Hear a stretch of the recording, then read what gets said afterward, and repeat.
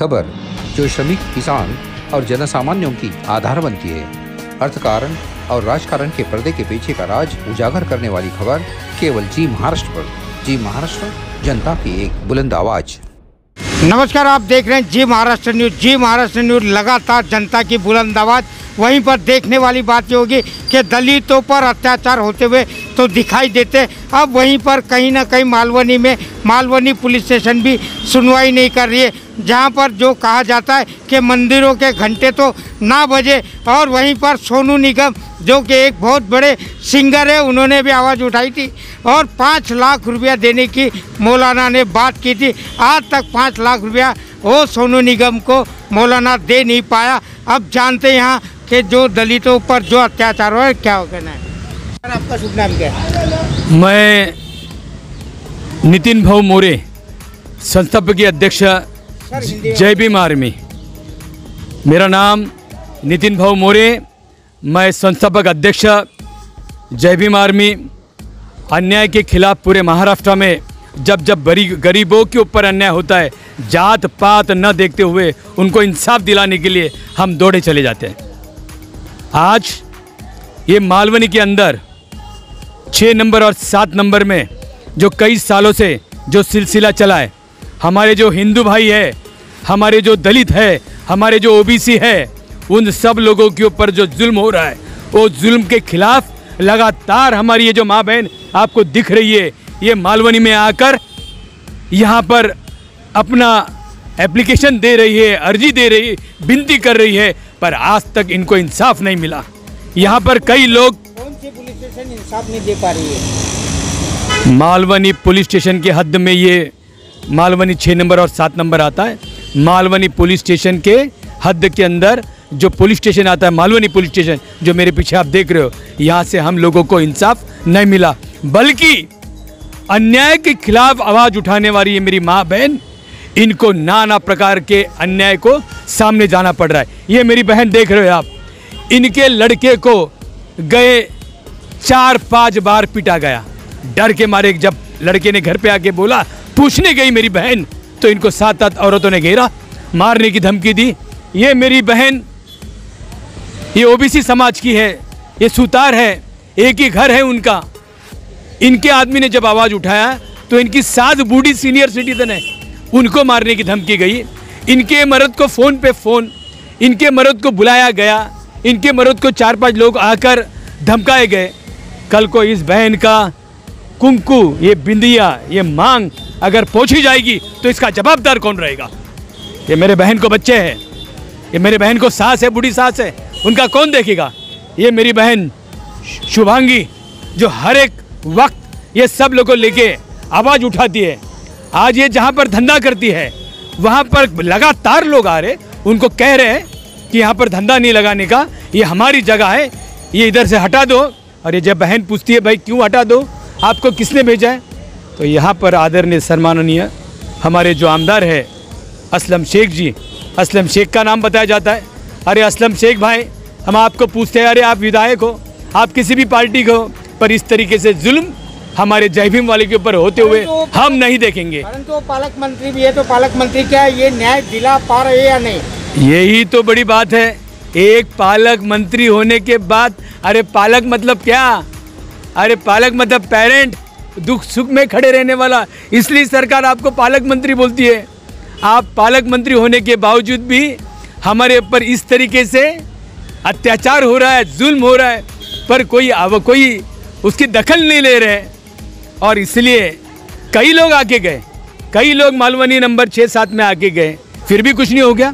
पता नहीं ये पुलिस स्टेशन किसके दबाव में आके काम कर रही, किसका दबाव है इनके ऊपर कि हमारे लोगों को न्याय नहीं मिल रहा है। आज आखिरी बार है, आखिरी बार मालवनी पुलिस स्टेशन का हम दर पर दस्तक दे रहे।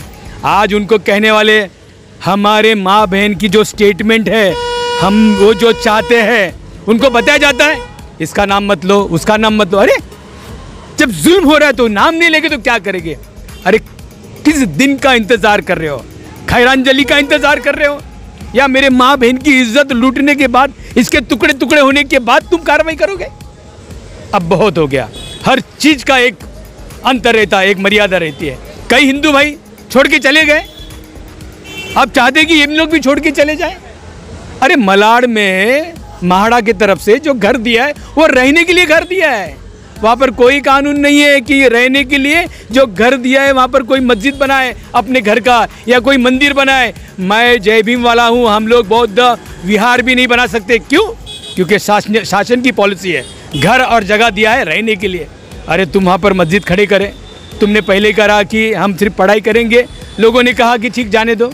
आज तुम वहाँ पर भोंगे लगा रहे हो, लोगों को परेशान कर रहे हो, पूछने जाए तो तुम मारने आते हो। वहाँ पर बाजू में खाली रूम महाड़ा का पड़ा है, वहाँ पर चरस गांजा का फर्स्ट क्लास दिनों रात सब चल रहा है। माँ बहन बाहर जाने के लिए डर रही है। एक आध कोई डर लगता है कि रात को बाहर निकले कोई धर दबो जाए, कुछ भी करे। इतनी भयभीत होकर ये सब लोग जी रहे। इंसाफ चाहते हैं, इंसाफ मांगने के लिए बाबा साहब अम्बेडकर ने कहा। बाबा साहब अम्बेडकर का एक वाक्य मुझे आज याद आ रहा है। बताएं क्या है वो वाक्य? जुल्म करने वालों से ज़्यादा जुल्म सहने वाला ज़्यादा गुनहगार होता है। अब हम जुल्म सहेंगे नहीं और अब हम कार्रवाई, आज ये आखिरी दस्तक है। यहाँ से इंसाफ नहीं मिला तो बस उद्धव ठाकरे जी आप मुख्यमंत्री हो, आपके वर्षा में आपके हम जाएंगे नहीं, हम आज़ाद मैदान में जाएंगे नहीं। आप उठा के हमको अंदर डाल देंगे। कोरोना की परिस्थिति, SOP का पालन करते हुए हम मातोश्री के सामने ये माँ बहन को लेके फुटपाथ पे बैठेंगे अगर हमको इंसाफ नहीं मिला तो। क्योंकि इंसाफ के लिए लड़ने के लिए बाबा साहब ने भी सिखाया। बाला साहब ठाकरे भी आदरणीय सम्माननीय, उन्होंने भी अत्याचार के खिलाफ आवाज़ उठाया। हम उनको मानने वाले लोग हैं, हम जुल्म के खिलाफ आवाज़ ज़रूर उठाएंगे। धन्यवाद। माझं नाव वर्षा पारवे आहे। आपके साथ में क्या अत्याचार हो रहा है?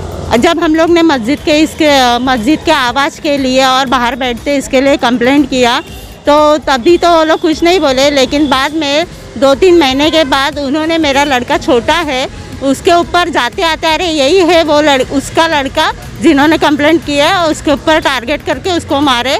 लेकिन मेरे लड़के ने डर के मारे बताया नहीं, तो उन्होंने वापस 1-2 महीने के बाद वापस उसको मारे, फिर भी बताया नहीं। अभी तीसरी बार जब मारे तो मुझे जिन्होंने मारे वो लोग ही मेरे घर पे आके मेरे को क्या बोल रहे, तुम्हारा लड़का 15 लड़के को लेके हमारे लड़के को मारने को आया।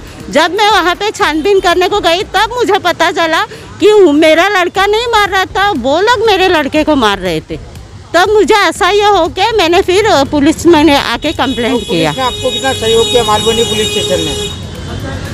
फिलहाल तो जब मैं आई तब उन्होंने मुझे अंदर लिया नहीं है, मेरे लड़के को लिया। तो मेरा लड़का नाबालिग है, 14 साल का है, तो मुझे वो बात अच्छी नहीं लगी। तो मैंने उनको बोला कि मैं भी लड़के का साथ आती हूँ अंदर, तो उन्होंने बोला नहीं आप उधर साइड में खड़े रहो, बाहर खड़े रहो। जब मैंने हमारी फ्रेंड है शुभांगी, उसको फ़ोन किया तो उन्होंने वहाँ पे। मैडम आपका क्या कुछ कहना है इसके बारे में? मेरा यही कहना है सर कि देखो वो हमारे घर तक आया है, इसके लिए अभी हम आवाज़ उठा रहे हैं। हमारे वजह से किसी को तकलीफ़ नहीं हो रही है, तो हमारा भी ये कहना है कि हमें भी किसी की वजह से तकलीफ़ नहीं होनी चाहिए। बस यही हमारा कहना है। क्योंकि लोगों को कैसे बाहर अगर कुछ हो जाता है तो हम कहाँ भागते हैं? घर पे ही भागते हैं। अगर अपने घर तक ही लोग आ गए तो हम कहाँ जाए? घर तक ही लोग आ गए, हम हमारे घर पे सेफ नहीं है तो फिर हम कहाँ जाए, कहाँ रह सकते? क्योंकि हम लोग बॉर्न एंड बॉटअप यहीं पर है। मेरे पापा जब भी कॉलेज से थे तभी से हम लोग यहीं पे रह रहे हैं, तो हम फिर कहाँ जाए? मेरा नाम रोहिणी निड़े है। ये बताएं कि क्या अत्याचार हो रहा है आपके साथ? मेरे बाजू में ही मदरसा है, वो मदरसा का रूपांतर अभी मस्जिद में इन्होंने कर दिया है। हाँ, तो इतना मतलब आवाज़ की वजह से मैं, मेरी सास, हम लोग सब उनसे बात करने को गए वो मौलाना से, तो मौलाना वो एक्शन लिया नहीं उसने।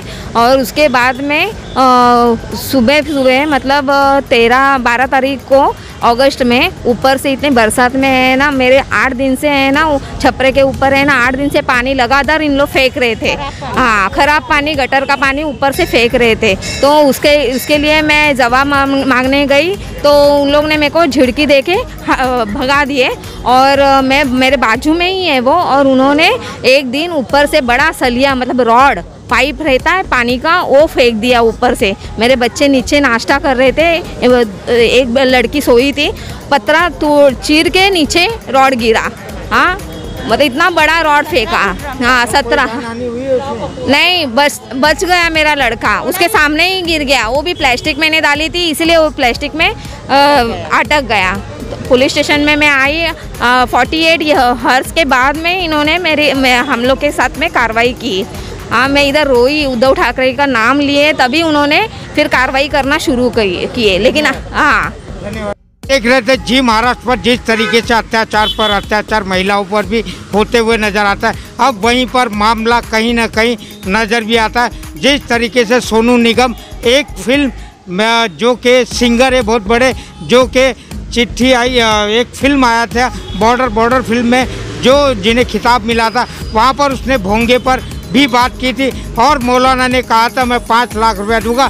आज तक वो मौलाना जी ना तो 5 लाख दे पाए और वहीं पर जनता के साथ में भी अत्याचार होते हुए नज़र आ रहा है मालवनी में, जो कि पालक मंत्री असलम शेख पर भी आरोप लगाते हुए नजर आए। असलम शेख कहीं ना कहीं अपने आप को कहीं ना कहीं इस बार फिर से लॉकडाउन ना हो जाए, एक वायरल चल रहा है उनका वीडियो, वो भी आपको दिखाएंगे। अब यहाँ पर जनता को न्याय मिल पाता है या नहीं, ये देखने वाली बात होगी। मालवनी पुलिस स्टेशन दे पाएगी या नहीं, और ये पालक मंत्री असलम शेख भी न्याय दिला पाएगा या नहीं, ये स्थानिक आमदार भी है यहाँ के। अब कैमरा पर्सन हर्षद मालवीय के साथ मैं अशोक गुज्जर, जी महाराष्ट्र न्यूज़, मुंबई।